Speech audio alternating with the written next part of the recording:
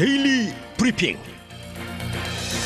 네, 매주 목요일 데일리 브리핑에서는 퀀텀 F&A 최은하 대표를 모시고 이야기를 나누고 있습니다. 오늘 스튜디오에 또 직접 나와주셨습니다. 어서 오십시오. 안녕하십니까. 네, 어제는 CPI가 발표됐고 오늘 아침에는 PPI가 발표가 됐는데 모두가 다 지난달보다 좀 내려갔습니다. 자, 어떻게 보십니까? 인플레이션이 정점을 찍었다? 이렇게 생각할 수 있을까요? 라고 기대를 갖게는 하죠. 네. 그렇지만 저희가 이제 6월 거 나왔을 때 얘기를 했듯이 6월 15일까지 가솔린 가격이 굉장히 올라갔었던 것에 비해서 6월 15일 이후부터는 이제 점점점 내려가서 드디어 이제 오늘은 가솔린 가격이 미국 전국으로 이제 4불 아래로 내려갈 정도 하는데 이번에 그 소비자나 생산자 물가지수 모든 부분의 하락, 그러니까 생산자 물가지수는 월별로 하락을 했고요.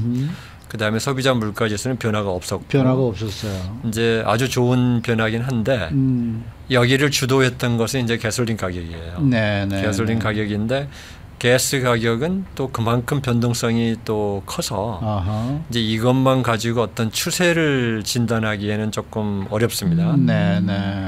그래서 이제 에너지 부분하고 식품 부분을 제외한 근원 물가지수, 이 코어라고 그러죠. 코어 지수를 봐야 되는데 이 부분은 아직도 상승 중이에요. 이제 그게 약간 좀 떨어지긴 했지만 그렇다고 눈에 띌 만큼 현저히 떨어지지는 않아서 지금 현재로서는 이제 이 가솔린 가격이 떨어진 것 때문에 좀 줄어든 것은 반가운 소식인데 이제 과연 그 우리 실생활을 지배하는데 가장 영향을 미치는 식품 가격하고 그다음에 이제 소비자 물가를 보면은 그 렌트가 많이 올라가고 있어요. 그러니까 이런 것을 볼 때는 지금 이렇게 확실한 방향을 얘기하기에는 좀 빠르다. 이제 이런 정도의 분위기가 이제 나타났습니다. 긍정적이지만 그렇다고 너무 낙관해서는 안 되는 그런 분위기다 이렇게 보겠습니다. 그래도 뭐 조 바이든 행정부는 뭐 어제 뭐 기자회견을 통해서도 보면 입이 그냥 깨졌더라고요. 뭐 정치는 포장을 잘해야 되는 부분이기 때문에 이제 그것은 뭐 저희들이 이해를 해야 되겠죠. 이제 그렇게 조금 좋은 소식이 나오면 우리가 잘해서 잘했다 이제 이렇게 하는 건데 그건 정치권의 얘기고 이제 저희는 정치권의 그런 포장 부분을 떠나서 이제 현실을 좀 더 바라보는 그러한 좀 이렇게 지혜가 필요하지 않겠냐 이렇게 생각을 합니다. 근데 지금 아까 말씀하신 대로 지금 가솔린이나 이런 식품비가 지금 그걸 제외한 것이 지금 조금 더 올라갔다고 말씀을 하셨죠? 조금 올라갔죠. 그러니까 전에보다는 올라간 폭은 줄었지만. 근데 식품도 지금 더 오른 것으로 지금 나오고 있거든요. 네, 식품은 이제 소비자 물가 지수상으로 보면 1.1%가 올랐어요. 월별로. 이렇게 얘기하면 어떤 그 추정이 가능하냐면 가솔린 가격이 오르면서 사람들의 씀씀이가 굉장히 줄어들었어요. 그쪽에 돈이 많이 나가니까. 그러니까 사람들이 생활을 상당히 알뜰하게 하기 시작하는 거죠. 알뜰하게 하는 것 중에 제일 중요한 부분이 식품 부분은 많이 조정할 수가 있어요. 어떻게 조정이 가능해요? 자, 외식을 안 하는 것만 해도 생활비를 많이 줄이게 되고 그래서 식품비가 올라간 걸 보면 재미있는 현상이 외식비가 올라간 비율보다 그 가정에서 사 먹기 위한 식재료 이쪽이 훨씬 더 많이 올랐어요. 글쎄 그렇겠네요. 그러니까 이 말은 그만큼 우리 미국의 시민 소비자들이 생활의 패런을 아주 알뜰로 옮겨가고 있다. 이렇게 좀 해석을 할 수 있습니다. 그러니까 식품 부분이 올라간 것은 식품 원자재 가격이 뭐 원료 가격이 많이 올라갔다 이런 부분보다는 그쪽으로의 생활 습관이 많이 옮겨가고 있다 하는 점도 있기 때문에 이제 아주 꼭 뭐 부정적인 얘기만이라고 할 수는 없겠습니다. 그러니까 밖에 나가서 음식을 외식을 하는 것보다는 아예 식품 재료들을 사다가 집에서 쿡을 해 먹는다는 하고 얘기죠. 점심을 되게 싸가는 분들이 많아졌고요. 이제 이런 현상으로 이제 소비자 행태가 많이 바뀌는 거죠. 자, 그러면은 앞으로 인플레이션이 정점을 지났다 이렇게 판단할 수 있는 시기는 언제쯤이 될까요? 지금 정점을 지났다라고 보려면요. 지금 현재의 미국의 소비 부문이 어떻게 되느냐가 굉장히 중요한데 소비가 지난 그 6월에 좀 많이 줄어들었어요. 그래도 성장을 하고 있는데 오늘까지 보면은 그 애틀란타 연준이 이제 그 분기별 경제 성장률을 예측하는 그 비즈니스 모델이 있는데요. 그걸 보면은 3, 4분기에 다시 소비가 늘어나는 걸로 지금 예상이 되고 있습니다. 그러니까 소비자들이 이렇게 설명을 할 수 있는 것 같아요.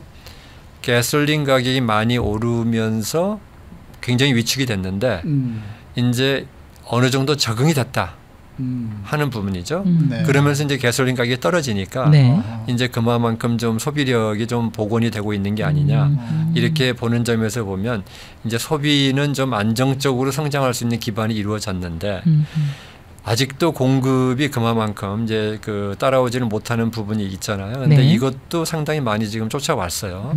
그래서 이렇게 얘기를 할 수 있을 것 같아요. 정점을 지난다 그러면 소비가 늘어남에도 불구하고 가격의 압력이 생기지 않는 이런 상태가 되면 정점을 찍는 건데 네. 저희가 현재 보기에는 그런 부분이 그런 그 신호가 많이 보여요.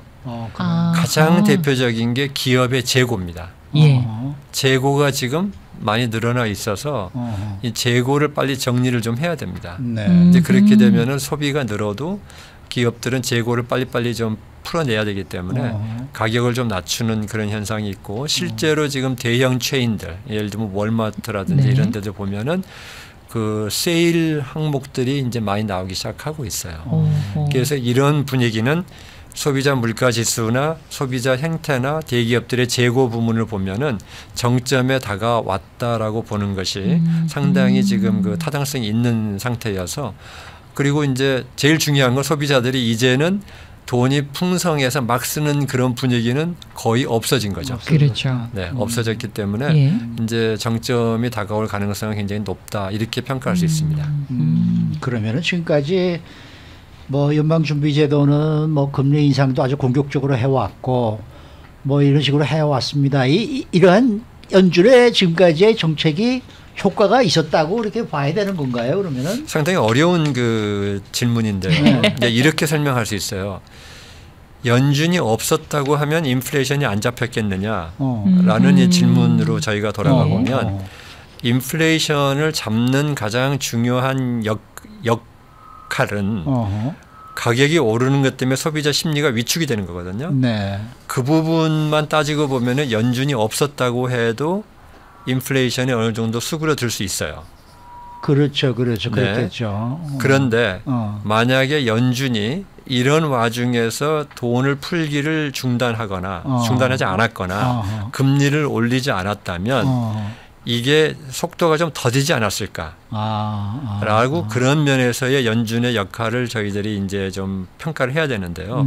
그러니까 경제학계에서도 연준이 역할을 안 하는 게 훨씬 낫다라는 학파가 아직도 굉장히 많아요. 그러니까 무슨 말이냐면 팬데믹 때도 연준은 돈을 더 많이 찍어낼 필요가 없었다. 또 지금도 돈을 또 줄일 필요가 없었다. 만약에 그때 올리지 않았더라면 지금도 줄일 필요가 없는 거죠. 네, 이런 점에서 제가 왜 이 질문을 그 굉장히 어려운 질문이라 그랬냐면은 경제학계에서는 굉장히 어려운 질문이에요. 골치 아픈 질문이에요. 연준 니네들 때문에 괜히 돈을 더 풀어가지고 인플레 일으켜 놓고 이제 와서 돈을 줄여서 인플레이션을 줄인다고 하는 게 그게 잘한 거냐. 이제 그런 면에서 역할 무용론 내지는 심지어는 피해론까지 나오는데 이제 조금 그 쉽게 저희가 정리를 해보면 인플레이션이 줄어드는 가장 큰 동력은 높은 물가 때문에 소비자들이 소비를 줄이는 데 있습니다. 그렇죠. 자연적으로 줄이게 된 거죠. 네네. 그 기능은 이미 금년 초부터 나타나기 시작을 했어요. 그런데 연준이 여기에 가세를 안 했더라면 아마 조금 더 늦어지지 않았겠느냐. 네, 이런 점이 있고 또 연준이 가세함으로써 소비를 줄이는 게 조금 더 심해질 수 있었다. 이제 이론적으로 이렇게 평가를 하는 것이 연준이 잘했냐 못했냐 이런 것보다는 조금 나은 설명으로 좀 저희들이 해석을 합니다.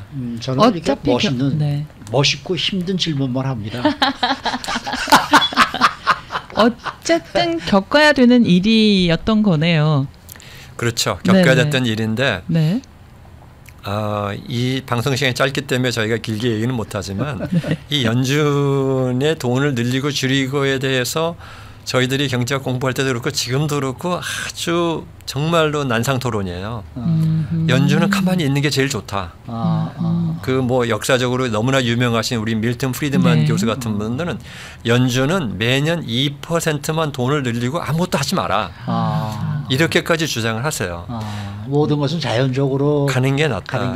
너희들 때문에 문제가 더 생긴다. 이제 이렇게까지 얘기를 하거든요. 근데 이 부분은 경제학에서는 뭐 논문이 뭐 몇천 개 나올 정도로 어려운 부분이어서 이제 그 저희가 시간이 많으면 좀 차분차분 얘기하면 재밌는 부분이긴 한데 그래서 연준이 잘했냐 못했냐 이번에 인플레이션을 잡는데 연준의 기능을 했냐 못했냐 이런 게 굉장히 어려운 질문이에요. 네. 근데 지금은 어쨌든 연준 재무부 그다음에 우리 높은 물가 때문에 소비자들이 소비를 줄이는 이 삼박자가 지금 한꺼번에 움직이기 때문에 인플레이션의 억제력은 점점 더 생기지 않겠냐. 특히 인플레이션을 볼 때는 저희가 연간 수치를 보면 안 된다고 제가 이 자리에서 여러 번 말씀드렸었어요. 연간으로 뭐 8.5%, 9.8% 별로 의미가 없어요. 왜냐하면 연간이라는 건 지난 11개월의 숫자를 더한 데다가 이번 달 오른 걸 더하는 거거든요. 그렇죠. 그런데 지난 11개월간 막 올랐다가 이번 달에 마이너스가 나왔다 그러면 과연 인플레이션 현상이냐 물가가 떨어진 현상이냐 뭐라고 설명하겠냐 이거죠. 근데 그게 평소와 같이 인플레이션이 서서히 움직일 때는 연간 숫자나 월별 숫자가 차이가 없는데 지금처럼 이렇게 뭐 역사적으로 너무 높은 숫자가 갈 때는 월별 숫자를 보는 게 더 중요하다는 거죠. 그런 점에서는 이제 지금은 월별 숫자가 많이 낮아진 것은 상당히 긍정적인 신호다 볼 수 있습니다. 네. 그러면 관건은 앞으로일 거잖아요. 이제 지나온 건 지나온 거고 앞으로 금리 인상 속도를 조절하겠는데 뭐 이런 생각이 들거든요. 조절을 해도 많이 안 할 거라는 게 지금 중론이에요. 왜냐하면 연준이 그 70년대 말 80년대 초에 인플레이션 잡을 때도 그렇고 어떤 그 비난을 많이 받았냐면 주는 것 같으니까 인플레이션이 주는 것 같으니까 그때부터 긴축을 중단했다가 나중에 오히려 훨씬 더 값을 치렀었어요. 그래서 지금 그 연준의 입장은 파월 의장도 그런 얘기를 가끔 하시는데 우리는 실수를 해도 좋다. 우리가 너무 강경해가지고 그 경기 침체를 유발하는 실수를 해도 좋다 하는 정도의 얘기입니다. 그러니까 이제는 인플레이션이 확실히 2% 이하로 내려오기 전까지는 우리는 경제가 나빠지기 때문에 뭐 긴축을 뭐 줄인다 이런 생각은 안 하겠다 이렇게 아주 굉장히 강경한 그 의지를 보여주고 있어서 이제 예를 들면 이제 9월에 0.5가 오를 거냐 0.75 오를 거냐인데 그게 0.75에서 0.5로 낮춰질 가능성은 올라가요. 그렇지만 0.5가 0.25 될 가능성은 상당히 낮다. 이제 이렇게 보는 게 연준은 실수를 한다면은 경기 침체 쪽에 실수를 하면 했지 인플레이션을 놓치는 실수는 하지 않겠다라는 그런 대단한 각오를 지금 가지고 있어서 크게 영향을 미치지 않을 거다라고 지금 보고 있는 게 중론입니다. 그 FOMC 회의라는 거는 어떻게 보면은 그게 1년 12달에 뭐 쉬는 달도 있잖아요. 그게 보통 이게 어떻게 결정이 된 거예요? 기간이 정해져 있어요. 보통 한 달 반 45일 간격으로 열리기 때문에 그래서 1년에 8회가 열리는 거예요. 그게. 그런 것처럼 그 날짜를 한 달 30일 간격을 안 해서 그런 현상이 있는 거고 여름에 한 번 쉬고요. 그러니까 그다음에 겨울에 그 크리스마스 시즌 때 한 번 쉬고. 그러니까 전체적으로 놓고 보면 한 45일에 45일 정도로 한 번씩 열리게 됩니다. 그러면은 제가 그 연준과 관련해서 논문이 뭐 수천 편이 나와 있다라고 얘기하셨잖아요. 그러면 언제부터 연준이 이렇게 연관이 있었던 거예요? 경제가? 연준의 역할은 그 1913년에 생긴 이래로 1913년에 생긴 이래로 연준의 역할은 처음에는 물가 잡는 것만이 연준의 기능이었었어요. 그랬다가 80년대 들어와가지고 너무 경기가 안 좋아졌을 때 이 좀 너네는 물가 잡는 것만 해가지고 하면 무책임하다. 그래서 고용 안정이라고 하는 그 목표를 부과를 해줬었어요. 근데 이 두 개가 상반된 목표예요. 물가를 잡자 그러면은 고용이 나빠지고 고용을 올리자 그러면 물가가 올라가고. 그래서 연준이 이 양쪽에 이제 줄다리기를 해야 되는데 지금 현재 상태에서 볼 때는 연준의 역할이 가장 심했던 게 대불황 때예요. 금융위기 때. 그리고 지금 이 팬데믹 때 더 큰 기능을 가져왔고 그래서 이 두 부분에 대한 것이 나오기 전까지는 연준이 지금처럼 강한 건 없었는데 그러니까 연준의 기능이 점점점 심해지고 있다. 이렇게 볼 수 있습니다. 연준의 힘이 점점점 심해지는 이유는요? 왜 거기다 힘을 실어주는 거예요? 이것도 굉장히 어려운 질문이신데요. 그것에 대한 가장 타당한 설명은 제가 보기엔 이거예요.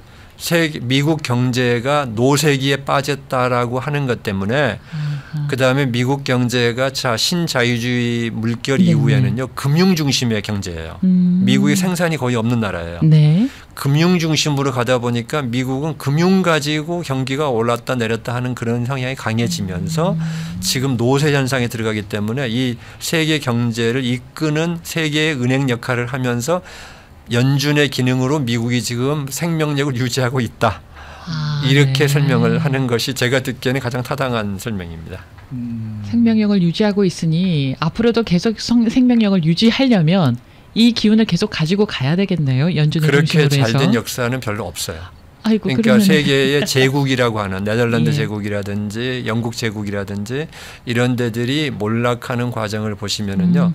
이 돈을 가지고 풀어내기 시작하면서 마지막 명맥을 유지하다가 되게 몰락을 합니다. 예. 그러니까 미국이 지금 잘 되려면 이제는 금융경제의 지배 그 역할을 좀 줄이고 정말로 생산경제로 좀 많이 움직여야 됩니다. 아하. 그 역할을 해야 됩니다. 예. 그래서 지금 보시면 우리 LA만 해도요. 서울보다 인프라스트럭처가 훨씬 못해요.